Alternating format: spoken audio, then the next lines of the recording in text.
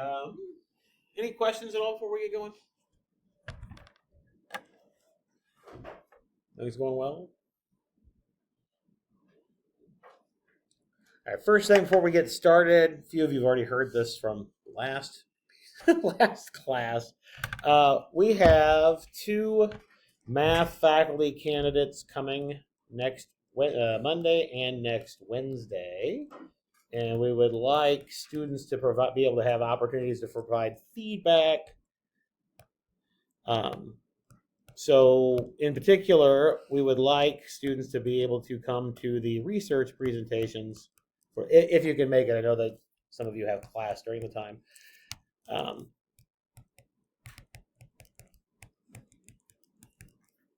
So they're at 2 o'clock, one on Monday, one on Wednesday. It says we have it set till 2:45, but it'll probably be done around 2:30 for times for questions and those kind of things. One of the reasons why we like student feedback is because these people are going to be teaching students in the future here, right? So it's the whole point of getting student feedback. If you've got issues or what have you with whatever they do, it'd be nice to have that feedback from students. So we want to make sure that students have an input in the process as well. If you go, need some extra credit. I know some of you have class. If you have class and have it on through and it's conflict, just shoot me an email and tell me you have a conflict, and then we can figure out an alternative extra credit opportunity for you. Okay. But do want to encourage, we will have some sort of a form. It shouldn't be long. Just a email, like a survey, to send back to us to get your feedback for that. So, in any event, I know some of you are also in linear algebra this semester. That's actually where the teaching presentations are going to go. So, you will, for those of you who are in linear currently, you will get an opportunity to provide feedback on the campus through that process. So, even if you're not able to come to the research presentation. So, anyway, that's my pitch to try to get people to come who really do want your feedback. We want to involve you in the process. So, and again, I understand that some people have class at 2. I get it. If you have class, just shoot me emails. I have a conflict. Like I said, we'll get an alternative extra credit opportunity. I don't want to offer extra credit that not everybody can get. Okay, so all right. Anyway, I already asked you any questions, and you all ignored me. So I guess that was a no. So all right, let's get back to what we were doing.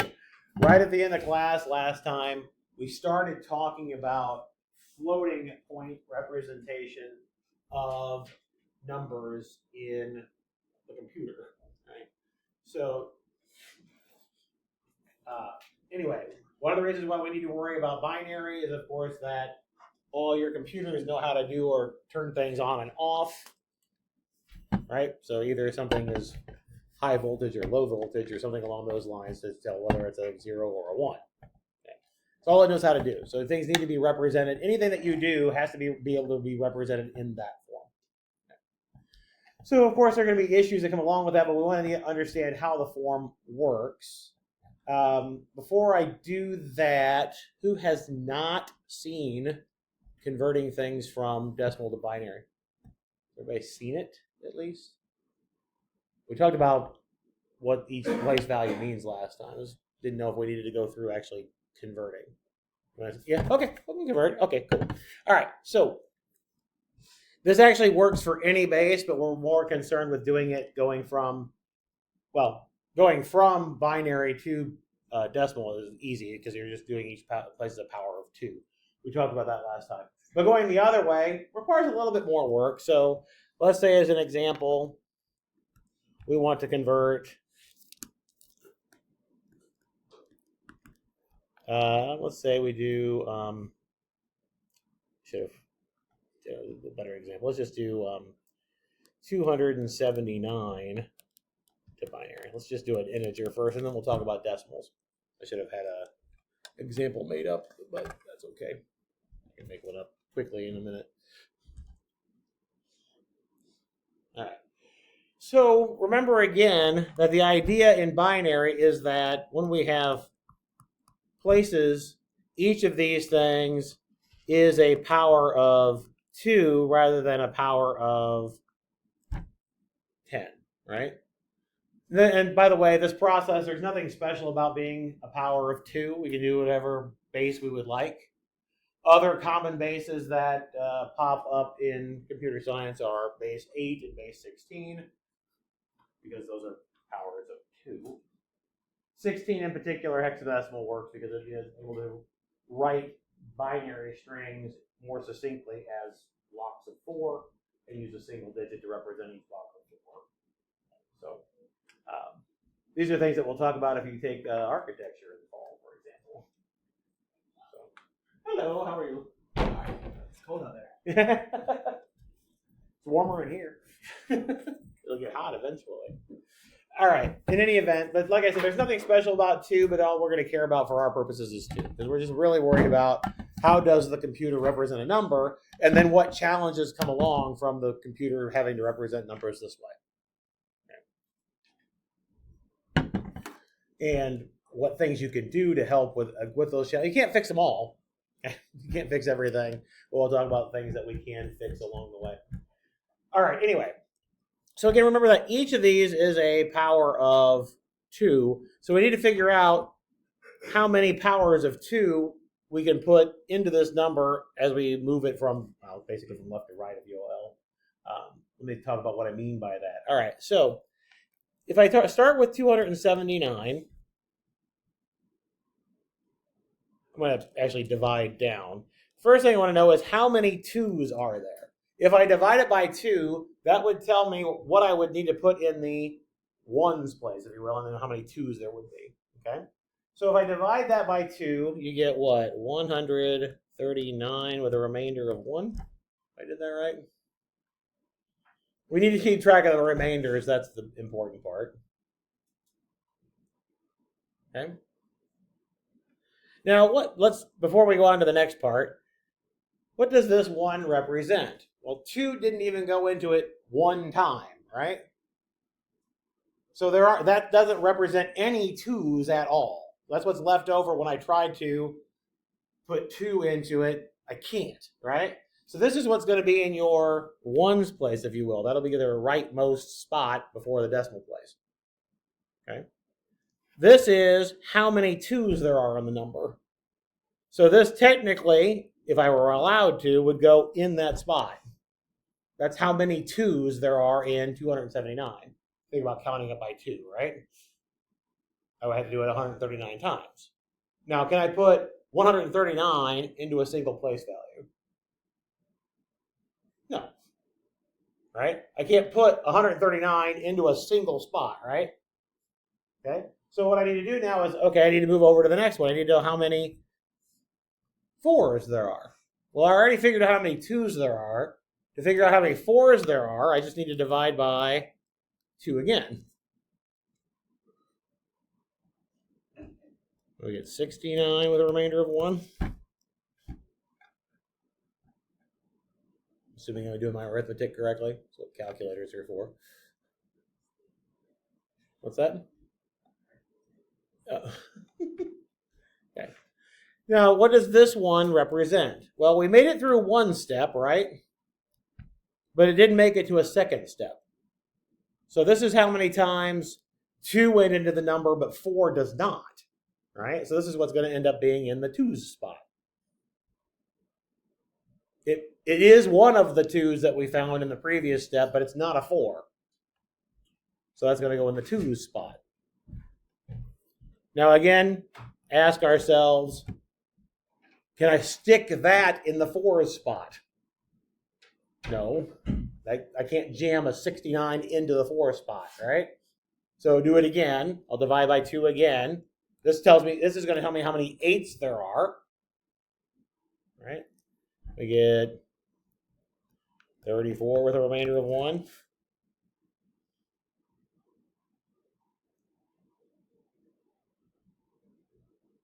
Again, the remainder here is, okay, 4 this is one of the 4s, but it's not one of the 8s.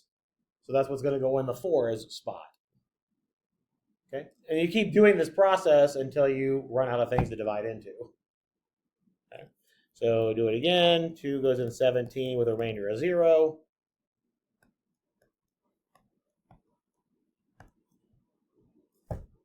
2 goes into 17. 8 times with a remainder of 1. I just keep going. So much fun. Okay. I stop when my quotient becomes 0.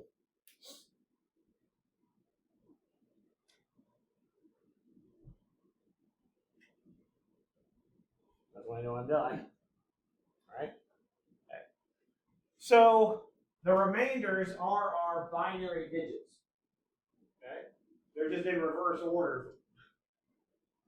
This is your 1s, your 2s, your 4s, your 8s, your 16s, your 32s, your 64s, your 128s, your 256s.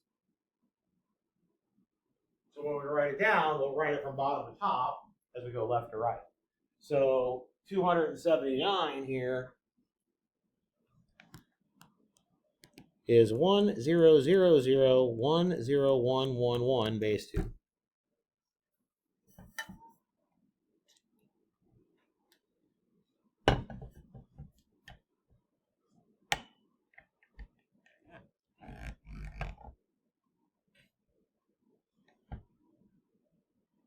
It's not too bad. That's how you do integer to binary. Give me a sec to make up. Didn't think about making one for the decimal part. Let me do one real quick.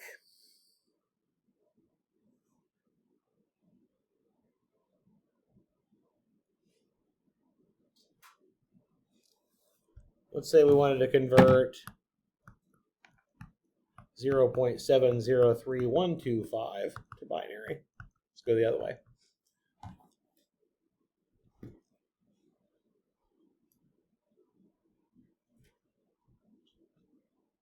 By the way, this again, like I mentioned before, we did this process as base 2. Base 2 is what we're interested in since we're dealing with computers. This exact process works for any base. There's nothing special about base 2. Okay. All right. Have you seen converting decimals to literally decimals to binary? I got more no's this time. Wonderful. I can teach you something different. All right. So I wish I could say it was super exciting. It's not any more exciting than the last. If you thought the last part exciting, then it's equally as exciting. Okay. All right. Well, what did we do in the process to work with the integer? Right. We started to figure out how many 2's there were, how many 4's there were, how many 8's there were, and so on down the line. We're going to do the exact same thing on the other side of the decimal point. We're going to figure out how many halves there are, how many quarters there are, and keep working that way until we're done. Okay? So let's think about how that works. Rather than dividing by 2, what do you think we're going to do instead? We're going to multiply by 2 each time. Okay? So we'll take 0.703125, multiply it by 2. Cheating, I got my calculator next to me. You get 1.40625. Now, before we do the next step, let's think about this kind of in an analogous way as what we did to the previous one. I want to know how many halves there are in this number. To figure out how many halves there are, I multiply it by a 2. Notice that the number to the left of the decimal point is a 1. Right? That tells me there's a half in there. Okay? So I'm going to pick that off for my digit and work with the rest of the decimals.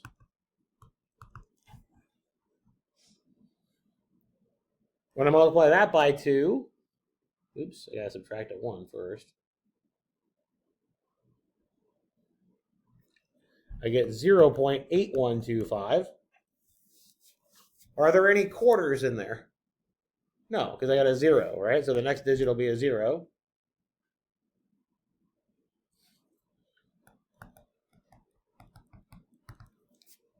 Multiply this one by 2, you get 1.06, oops, not 0, 1.625. We're at the third step, so this is how many eighths there are. There is an eighth, right? pick that off. So then 0.625 times 2. Oops. 1.25. So there's a 1 there. The last one I need to type in my calculator. Take 0.25 times 2. Get 0.5. 5 times 2, get a 1. Is there any decimal left at that point? No, we're done, right? Just like when I couldn't divide by 2 anymore, multiplication by 2 anymore is not going to do anything, right? Because now I'm at 0 for the decimal piece. Okay, so that's how I tell I'm done. So 0.703125 is point. Now, in this case, we read top to bottom. It's the reverse, right? The original one we did bottom to top to get our digits. This one we're going to do top to bottom. 101101 base 2.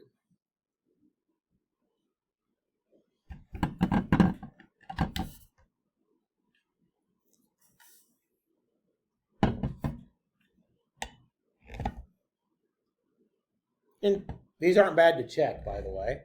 You can check to make sure you're right, because I would take a half plus an eighth plus a 16th plus a 64th and see that I get the decimal.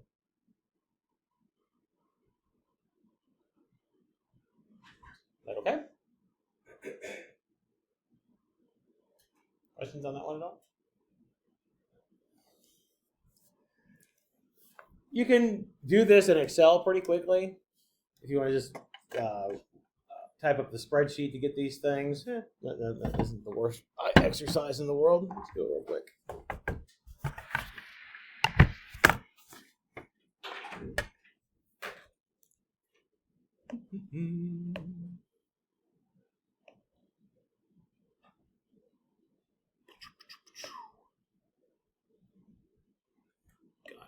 Got it.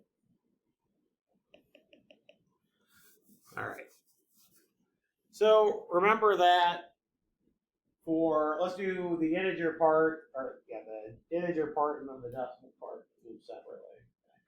So remember for the integer part, the first number was 279. We want quotient and remainder, right? Okay. So in Excel, there's a couple of functions that we should be able to use that allow us to get quotient plus remainder. Okay. So notice there's an int function in Excel that gives you rounds number down to the nearest integer. So if I do the integer part of 279 divided by 2, that's going to give me the quotient that we want. Right?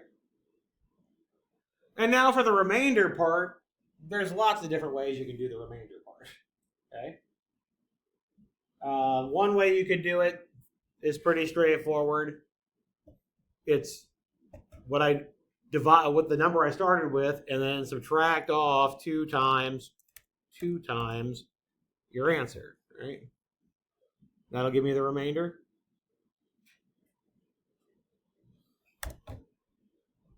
Yeah. Another way, if you've done it before, is the modulus operator, the mod operator. Mod just means I want the remainder when I divide by something. That's what mod means. Mod, you call it mod out by something. So for example, if I take 17 and divide by 5, I would get a remainder of 2. So 17 mod 5 is 2. All right. So in this case, I can get it the same way. I'm just showing it to you. You can use either one. It doesn't matter. The function is put the number you want to divide by, and then the divisor goes next. You get the same answer. It doesn't matter which one you do. Okay. All right.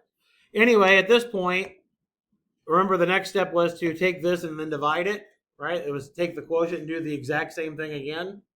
So in A2, I'll just refer to B1. And then I'll just copy this down and then copy all of that down, and now I'm at 0, so I'm done. Now that I have this set up, I can convert anything I want to binary.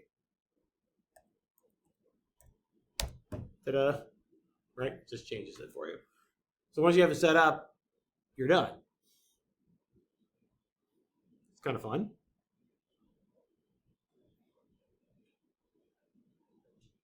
No one cares. Okay. All right. Let's do the other one. I just wanted to show you, because if you have this now, literally you just put it in there. Okay. All right.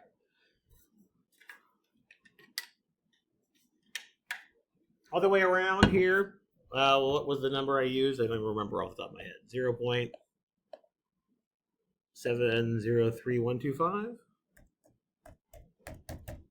All right. Remember, in this case, we multiplied by 2. Right? Again, for our purposes, we wanted the integer part of that, right? So I can go ahead and put the integer part of that.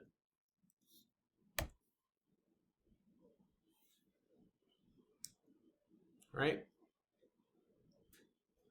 Then how did we get the next part? What that is, this number here was we multiplied by 2 and then picked off the integer part, right? So over here, I want to take what? I want to take this number. That's not what I want. I want to take this number. I want to multiply it by 2, but I just want the decimal part when I'm done. So I'm going to subtract off that digit. If it's 0, I won't subtract anything. If it's 1, I'll just pick off that first piece. Right? Okay. And now again, if I pull, I should get the same answer as we got before.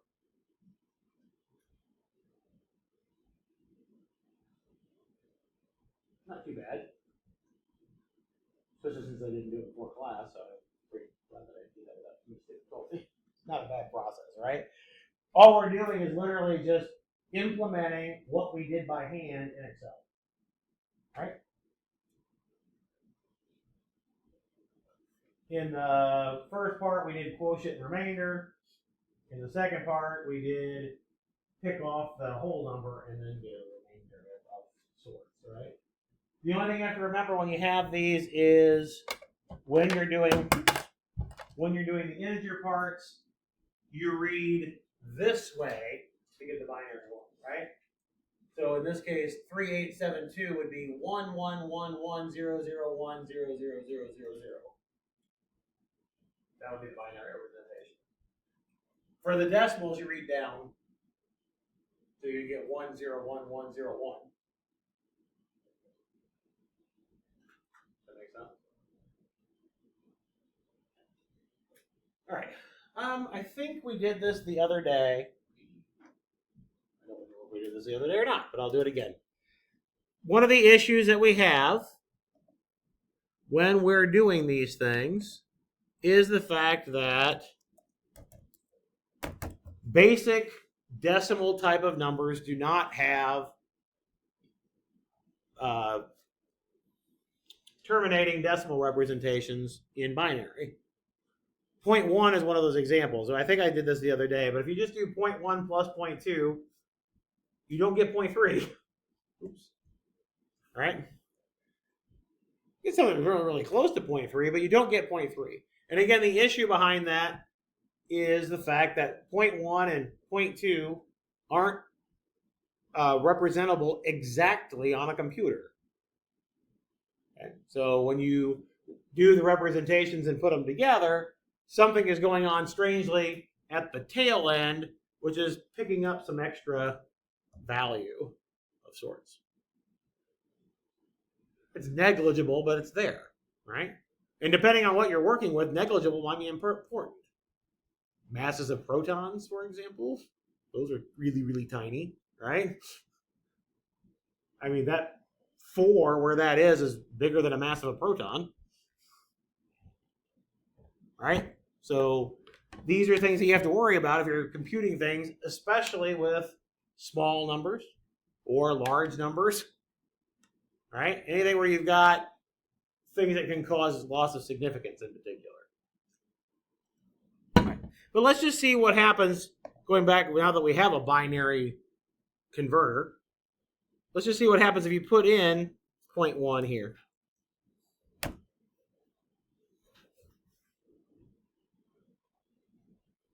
It repeats. Do you see the repeating pattern after the 0.1 part here? 0, 0, 1, 1, 0, 0, 1, 1, 0, 0, 1, 1. In binary, 0.1 is not terminating as a binary decimal. Right? The binary representation of 0.1 does not terminate, much like a third, right? In our decimal system. So at some point, you have to lop off what's on the end. That gives you a rounding error. Okay, so rounding error is things that we'll talk about. Right. But that is what a rounding error is. We're going to have two different types of errors. One's referred to as a truncation error, one's referred to as a rounding error. Some of you are probably familiar with the term truncation means cut off the decimal. Cutting off the decimal in this context is a rounding error. Truncation error means something else. I know, just to confuse you with terminology. I know, it's great. Love when that happens. I love it in math when we use the same word to mean completely different things. Okay, great.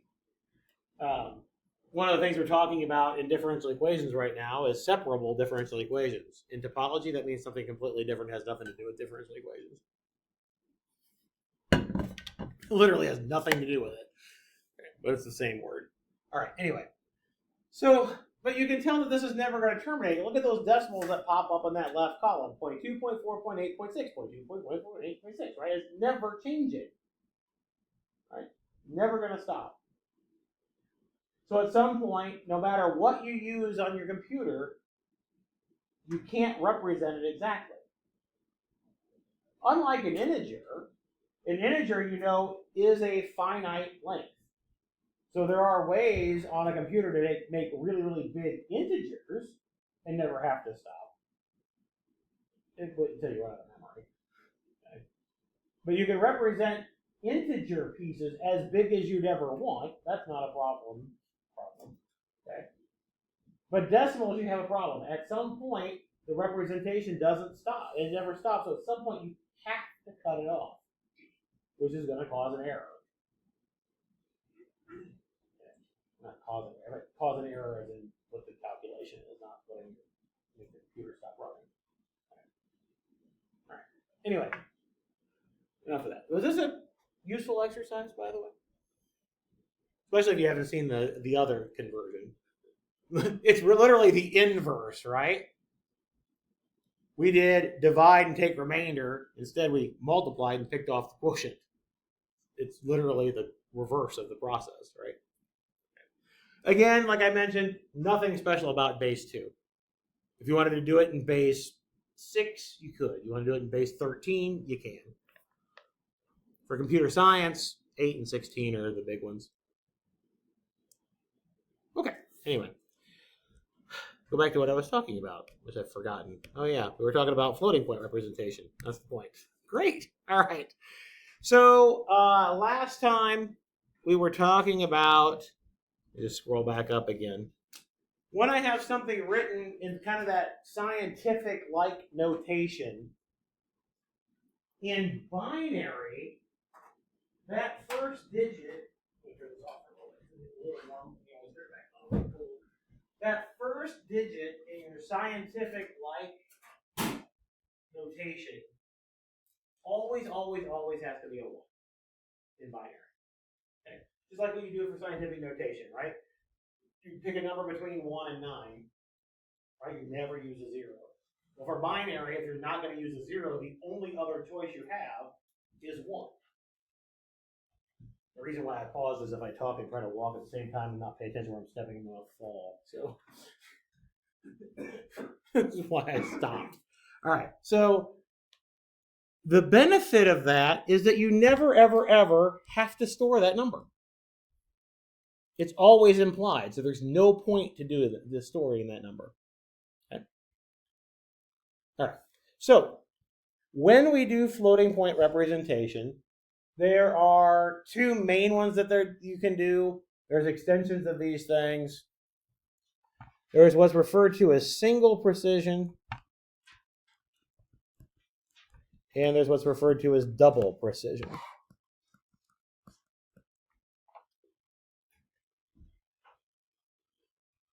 And it's just how many bits you're going to use to store the value. Okay? So single precision uses 32 bits to store. Double precision uses 64. Shockingly enough, because it's double of 32. Okay. They're so clever with their names. All right. By the way, most times in computer science, things tend to be powers of 2, right? Binary stuff. All right, anyway, so what do we divide these bits into for what we store? So let's go back up. Let me just grab it. What was it? What did I start with? 1.000. Okay. 1.001101, I think is what I had. Doesn't matter. Just write that down. If it's not the same number we started with the other day, I don't really care. What do we need to store? Okay, so let's think about what we need to store. Well, we already said we do not need to store that, right? But we do need to store that. There's a couple of names for that, depending on what book you read. Mantissa is a name. Significand is a name. Stuff after the 1. Okay. All right. Another piece that we need to store, the exponent, right? That tells us where we need to move that exponent to get us our original number, right? If you think about scientific notation, you need to know the same thing, right? I need to know, well, in scientific notation, you need to know that first number as well, but I need to know what my number is and where I need to move the decimal point, right? One more piece that we need to know is out in front here, I need to know what the sign is. I need to know, is it positive or is it negative? Okay. All right. So these numbers in floating point representation get broken up into 3 chunks. The first chunk is what we refer to as the sign bit. You get 1 bit for the sign. And then you get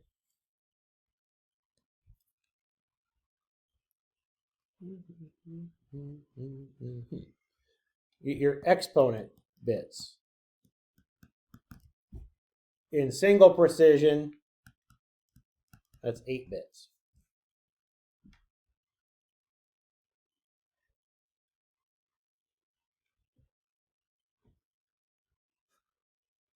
Okay. And then the rest, and I'm not going to try to divide it up, the rest is 23 bits for your fractional piece, if you will.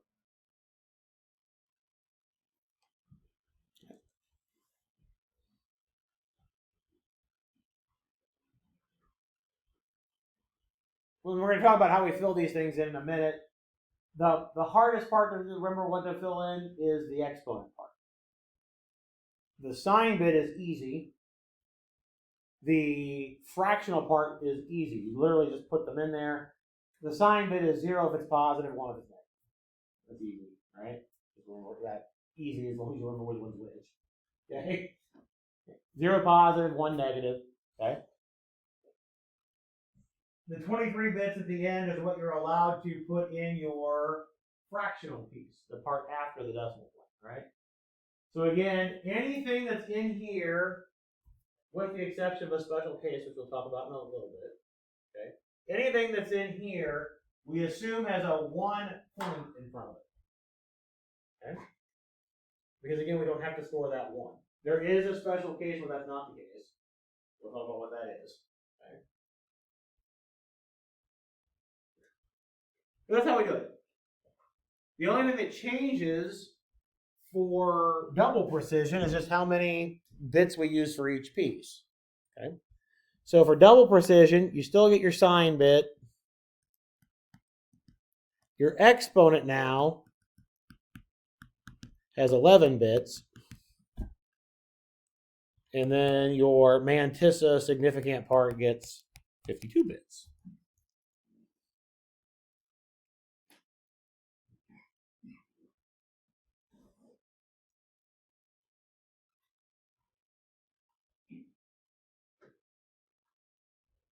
Before we get into the particulars of representing things in these different precisions, let's talk about the significance of this 52 bits with a short little demonstration. You don't have to do the coding at the same time. So in that 0.1 plus 0.2 thing, we said there's some issues with how numbers get represented when you can combine things and put some things on the end because we're lopping things off, right? There's also issues that pop up when your numbers have significantly different magnitudes to them. There's going to be a point at which when I try to add something to another number, it's literally not going to do anything as far as representation is concerned. Okay? Let me show you what I mean by that. So we're going to do a slight little demonstration here.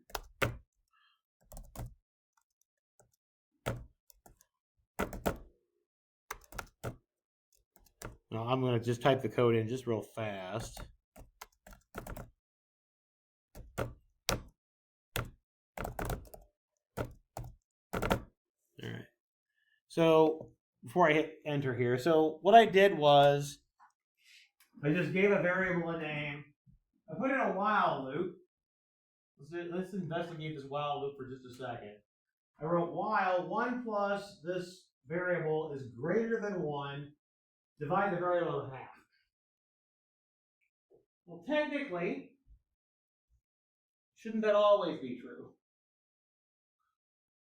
Should always be true, right?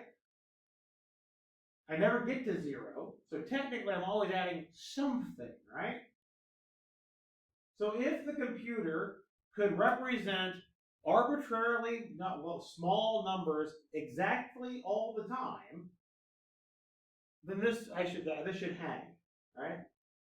It won't quit. We agree? Okay. All right. So let me run it.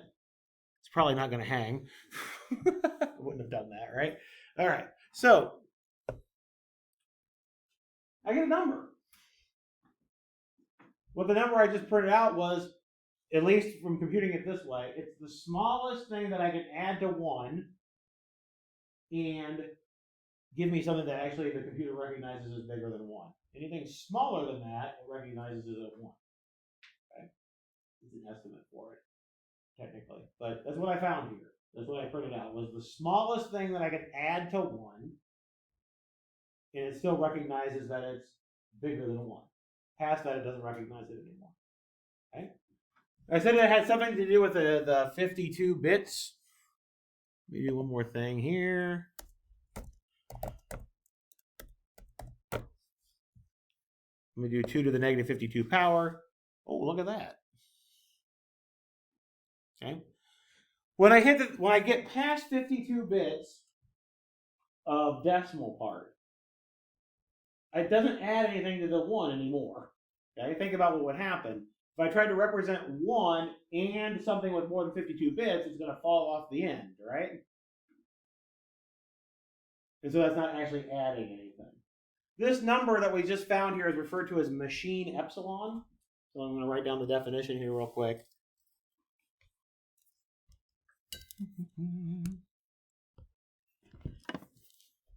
So machine epsilon. This is the smallest value for which, let me give it a name. Smallest value epsilon sub machine, sub MACH, such that 1 plus epsilon is actually greater than 1. That's what machine epsilon is. It's the smallest possible thing that you can represent that actually changes the significance of 1. Okay. I know, weird, right? But this is an issue with representing numbers on a computer. You can't do them exactly when you have repeating decimals. Right? Eventually something gets cut off. Even more so, you've got a finite length of things that you can use to represent the number. Right? If my 1 is way far away from my 0.0 whatever with a 1 on the end, I can't represent it anymore. So I chop it off at the end. Okay, just chop it. One of the rounding methods is just to chop. Okay. All right. So this gives you a little bit of insight into issues that pop up. Right. It also can make your arithmetic not associative anymore. Grouping matters. Okay. What do I mean by that? So let's say that I know this is strange, a little bit more conceptual, but that's okay because I like it, so I'm going to talk about it. All right, so let's say that we have some epsilon that is between, it's smaller than your machine epsilon, but greater than half the machine epsilon. Okay.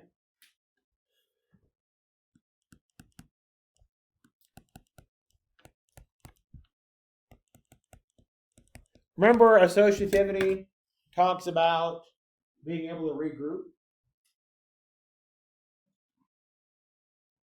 right? Let's think about what these two things would evaluate to. Okay. Remember, machine epsilon is the smallest thing that when I add it to 1, it recognizes as it being bigger than 1, right? Okay.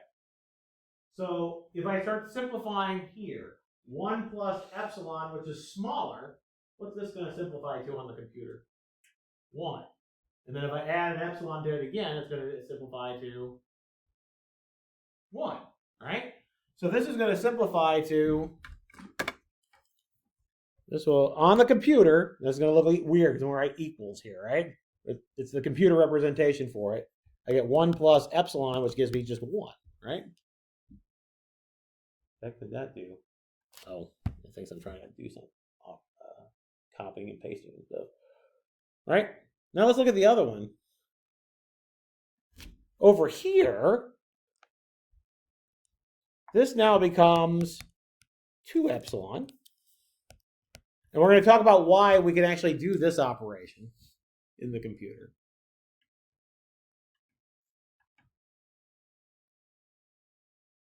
You get 2 epsilon. Now, what can we say about 2 epsilon relative to machine epsilon? Is it bigger or smaller?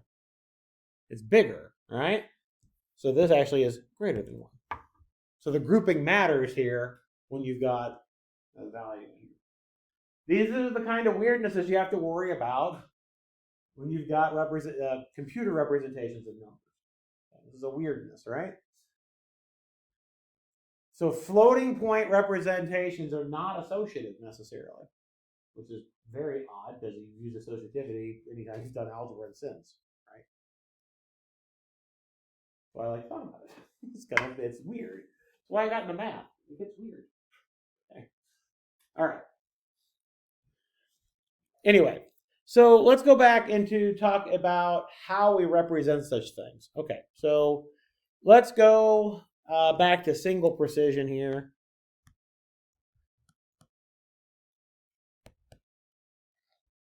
So this was 1 bit, 8 bits, 23 bits, right? I said already that And then we'll switch it over to double here in a minute. We already said that this is easy. We just put a 0 if it's positive, a 1 if it's negative, right? That's easy to keep track of the sign. Interestingly enough, when you do that, you'll get a plus or minus 0 depending on how it got close to 0 sometimes. Sometimes you'll get an output of negative 0. It's the same thing. It just keeps track of the bit. And if it came in from the left-hand side and got too small, it would leave it as a negative. This part also, not bad because we just do a 1 for 1, put the bits in for what the fractional part is. It's this part I have to worry about. I have to do a little bit of a trick to help us represent not only integers but decimals. Okay, we have to do a little bit of a trick. Because if I just put in the bits and say those bits represent the exponent, then all I have are integers, right? From 0 to 255. That's all I would get, okay, with those 8 bits. So what do I have to do? Well, the trick is basically to try to center it. I want some negative exponents, which will help me with the decimals, and some positive exponents, which allows me to have bigger numbers, okay? So we basically center it. So when we have 8 bits, that means our values can go from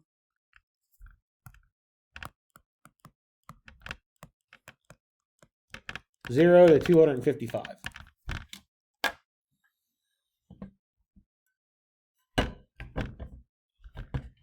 Do you know why it goes from 0 to 255? Many of you told me you saw a binary. Do you know why it goes 0 to 255 and not 256?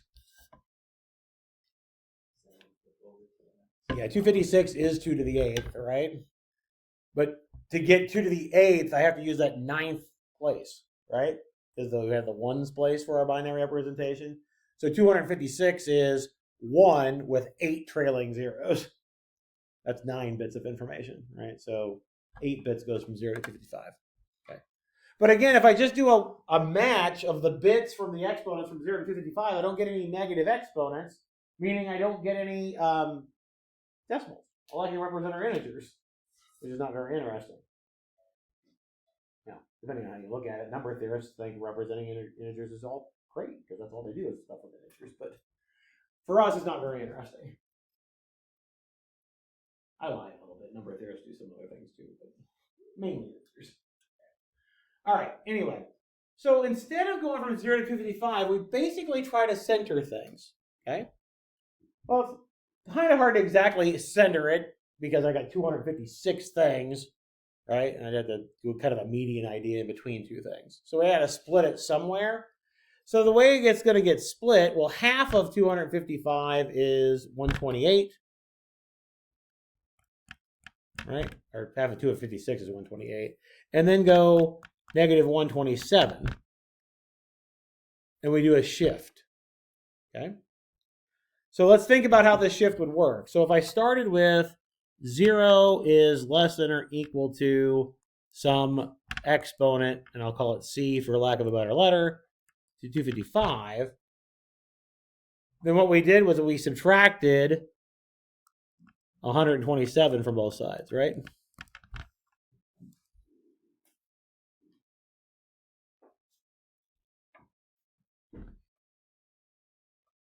So this is how we're going to deal with the exponent, okay? So let's go back up to whatever number I wrote earlier.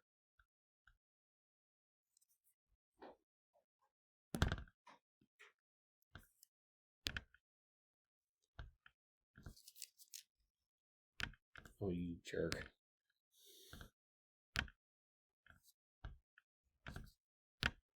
He keeps doing that to me.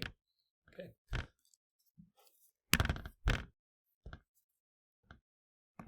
Right. That was the value we had, right? Let's look at this exponent. I want to represent 3, but that 3 really needs to be represented by something with 8 bits of information, right? Right? So again, that 8 bits of information goes from 0 to 255. Instead of representing it as a 3 in the binary, I'm going to add the 127 to it,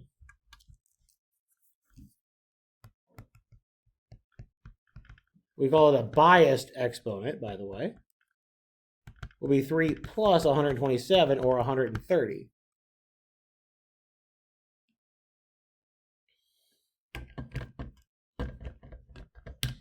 And that allows us to represent the exponent that we need. So if we were to do the floating point representation for this particular number that I wrote, we'd have a 0 for the sign bit. 130 is 128 plus 2. Right? So you'd have 128. 1, 2, 3, 4, 5, 6, 7, 8. I think that does it. If I did that right. 2, 4, 8, 16, 20, 2, 4, 8, 16, 32, 64, 128. Ooh, we got too many bits.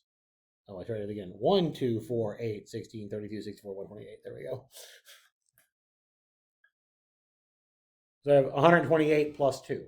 So I just put the bits in where I need it. Okay. And then the last part will be your decimal piece. The fractional piece. Okay. So you would have 001101, which is 6 bits. I've got to fill in the last 23. So I need 17 trailing zeros. Okay. So 1, 2, 3, 4, 5, 6, 7, 8, 9, 10, 11, 12, 13, 14, 15, 16, 17 trailing zeros.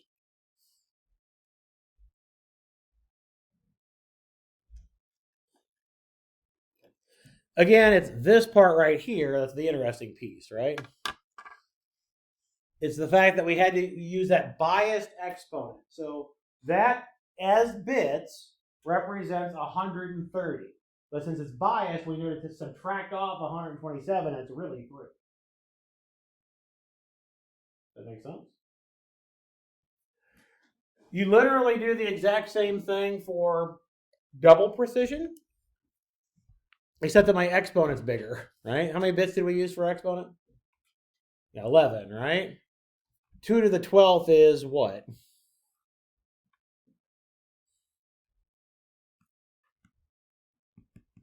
I think it's 2048, isn't it? Was it? 2 to the 12th is 20. What was it, 4096? Oh, because I wanted 11, sorry.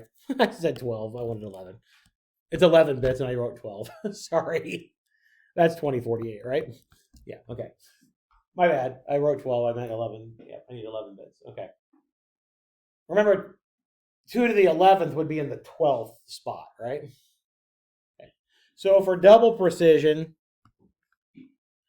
11 bits gives 0 to 2047, right? But again, we want to split it in half-ish. There's a little bit of a shift in it, right? So if we start with, I'll write it C again as 2047, when we do our bias piece, we'll subtract 1023.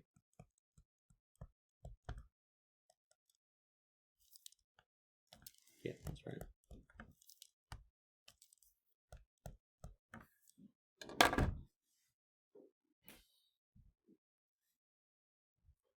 The moral of the story is, if you're going to represent something in floating point, once you figure out what the exponent is on the 2, you're going to add that bias to it.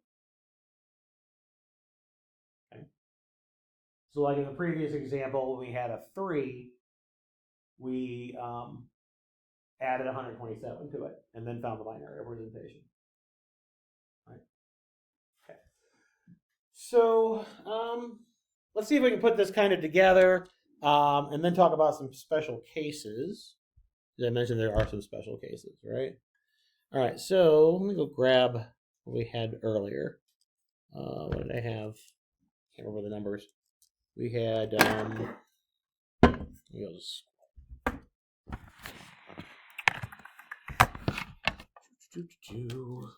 279. Okay. That was 279. And then the other was, what was the decimal? It was 0.70. Thank you, 3125. All right. So let's see if I can just write on here rather than have to switch back.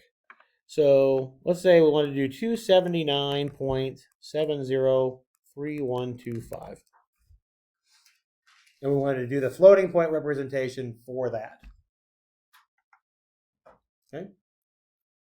So the first thing we did was we converted it to binary, right? Okay. So in binary, this was 1000101.101101.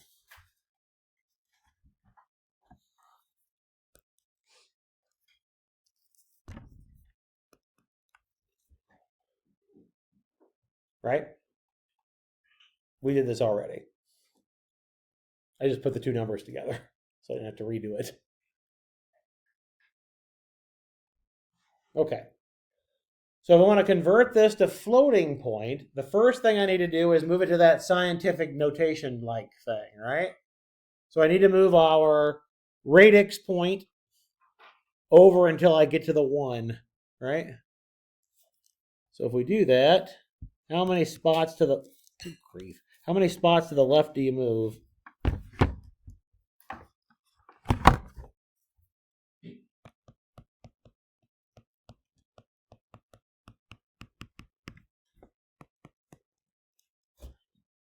How many spots did we move it?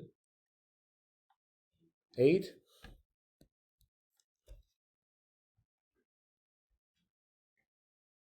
Right? Okay, so let's think about what we need if we're going to represent this in floating point representation. Okay, so again, the sign bit here will be what? 0 now. It's not too bad, right?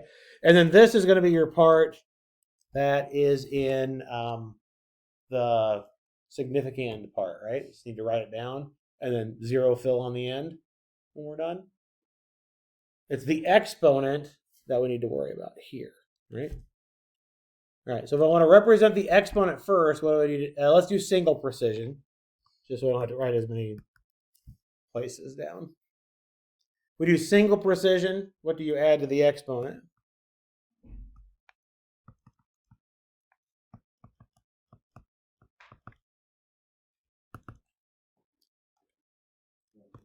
$127.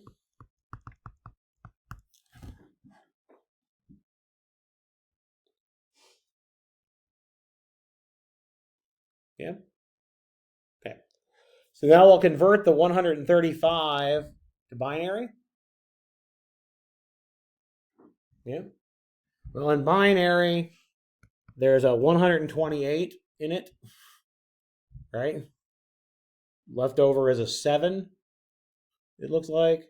So there's no 64s, no 32s, no 16s, no 8s, a 4, a 2, and a 1. If I did my binary conversion correctly. Feels like I did. By the way, as a little bit of a hint, anytime you've got a positive exponent, this first number should be a 1.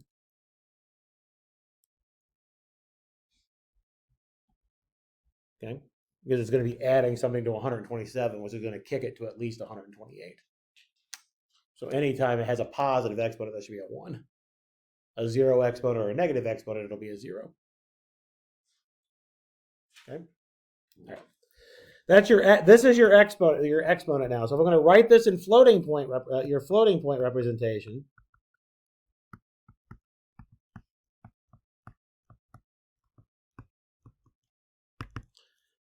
you'll have a 0 for the sign bit, a 1 0 0 0 0 1 1 1 for your exponent, and then all of your digits past the radix point in your scientific notation. So 0 0 1 0 1 0 1 1 1 1 0 1 1 0 1. And then how many of those things did I just write? 1, 2, 3, 4, 5, 6, 7, 8, 9, 10, 14. So I need 9 more zeros.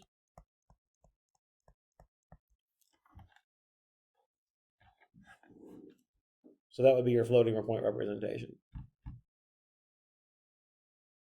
for those of you familiar with hex, a more compact way to represent this would be to put it in groups of 4 and then make them all hexadecimal digits.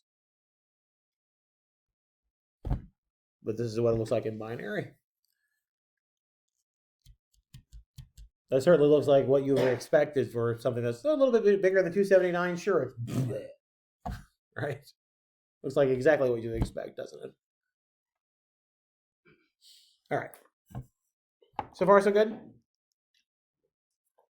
It's really not too bad. It seems more complicated than it. It's just a matter of just making sure you follow the same procedure every single time, right? Okay. Let's talk about the weirdness, because that's always the fun part. All right. Here's the weirdness. Okay. So, remember again that when we have these in both single and double precision, let's switch to double for now. Okay.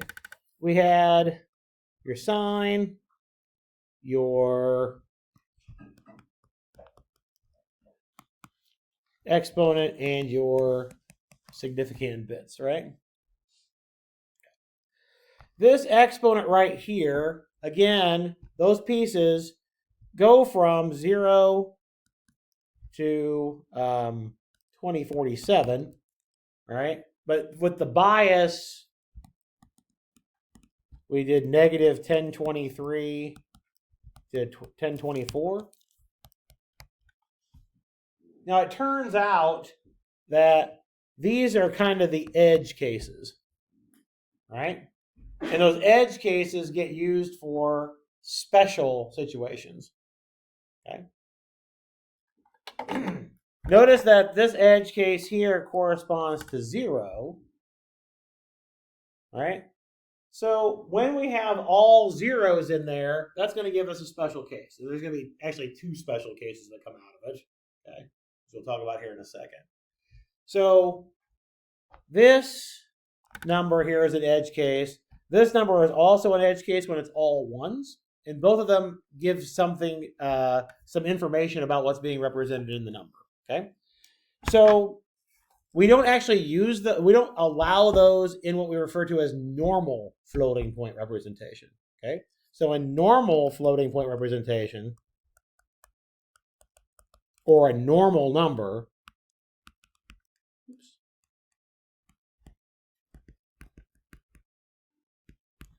we don't allow all zeros or all ones for the exponent.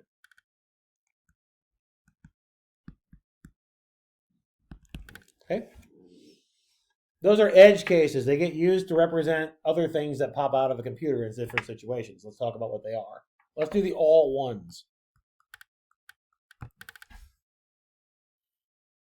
All ones tell you that something got really, really big, basically, right? All ones tell you that your exponent is at least 2047, right? That's a huge number, correct? Right? That edge case is telling you that something got big. Now, maybe it got big on purpose, or maybe it got big because an error happened. Okay? So there's 2 edge cases that come out of this. If the significand is all zeros,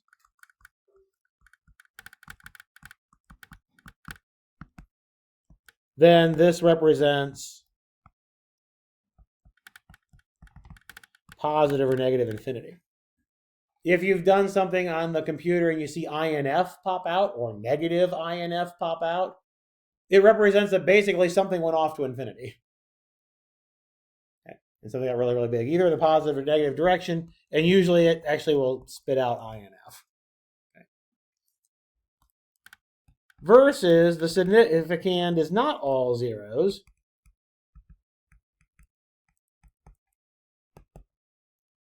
Then we get what's referred to as not a number. NaN, you may have seen that pop out.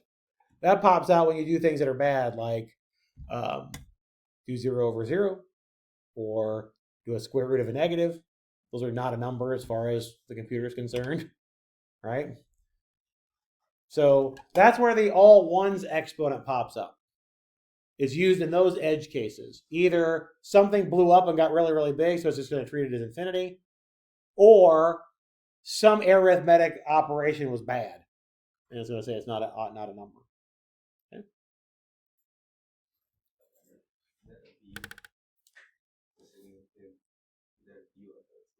Where at? I'm sorry.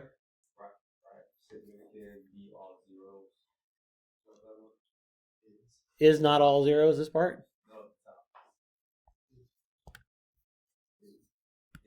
Is all zeros, yeah. Yeah, sorry. Yeah, I'm sorry. Better? Okay. Oh, my handwriting sucks. It's just a matter of which sucky were you talking trying to get me to point to. All right. How about the all zeros? All right. Well, a zero exponent represents that the exponent is really, really, really super small, right? Now, just because the exponent is really, really super small, or excuse me, the number is really, really super small, does not necessarily mean that the number is exactly zero, right? So this is going to be two edge cases as well. The significand is all zeros. Then this represents 0. And again, it could be plus or minus 0 depending on what the sign bit says. You will actually see negative 0 pop out sometimes, which is odd, I know, but it will do it. Okay. Versus if the significand is not 0, or not all zeros,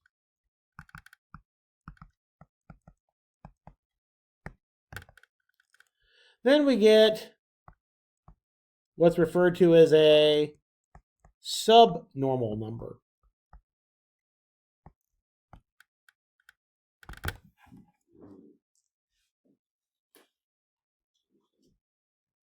So let me just talk a little bit about these subnormals for a minute. Show you what the smallest subnormal number that we can get is. So when we have these representations, we don't get arbitrarily small.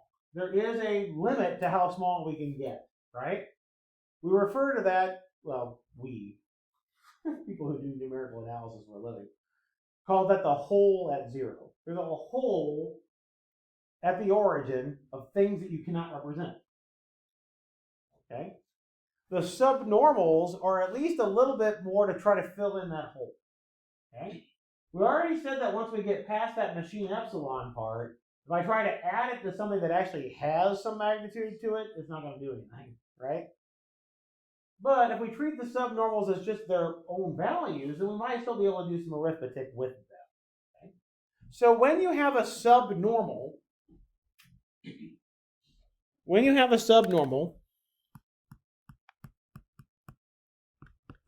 the exponent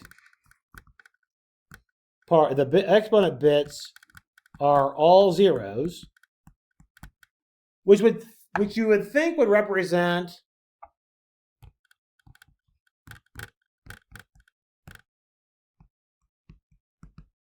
negative 1023, right? That's what you think it should represent? We agree with that? Okay.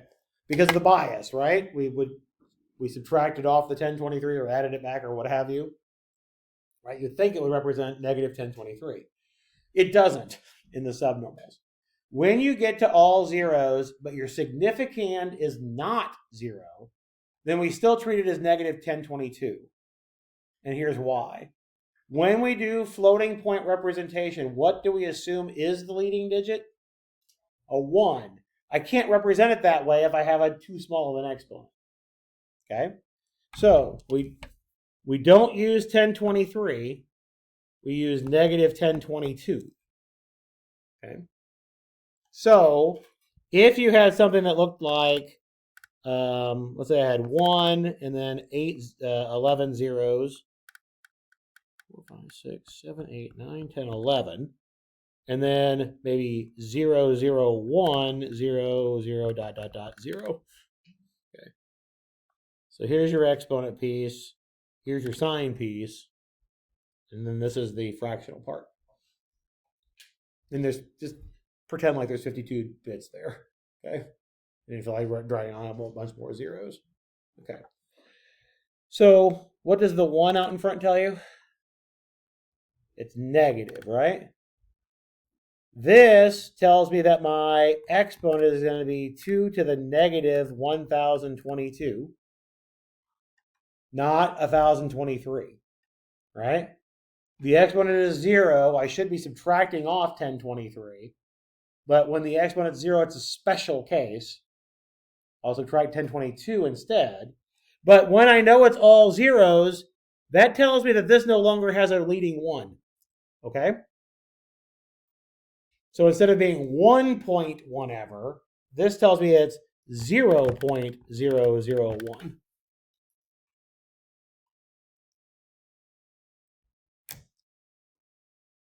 Okay?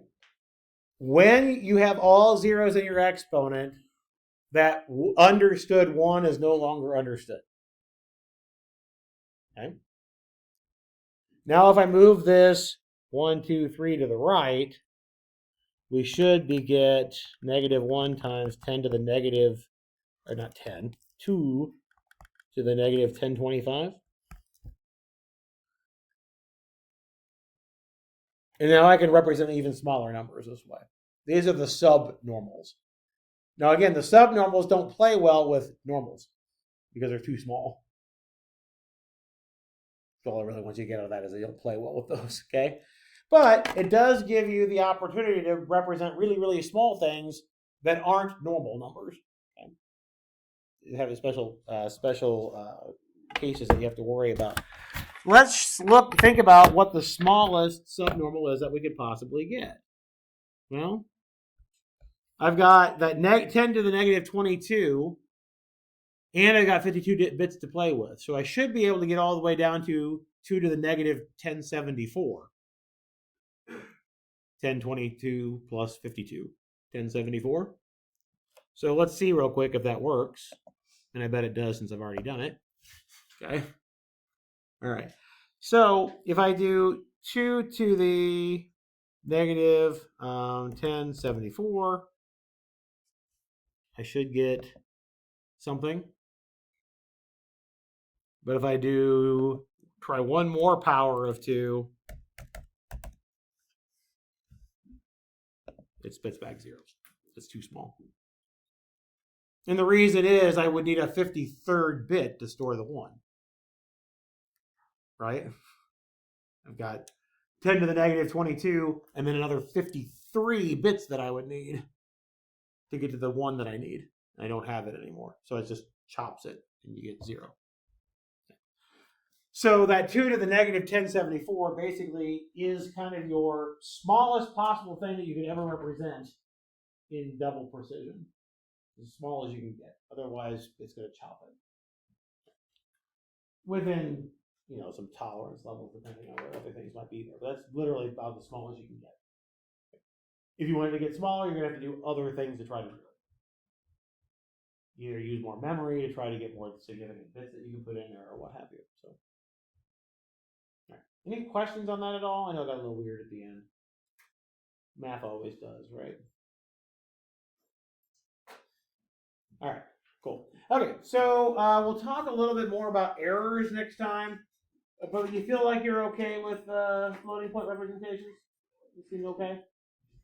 All right.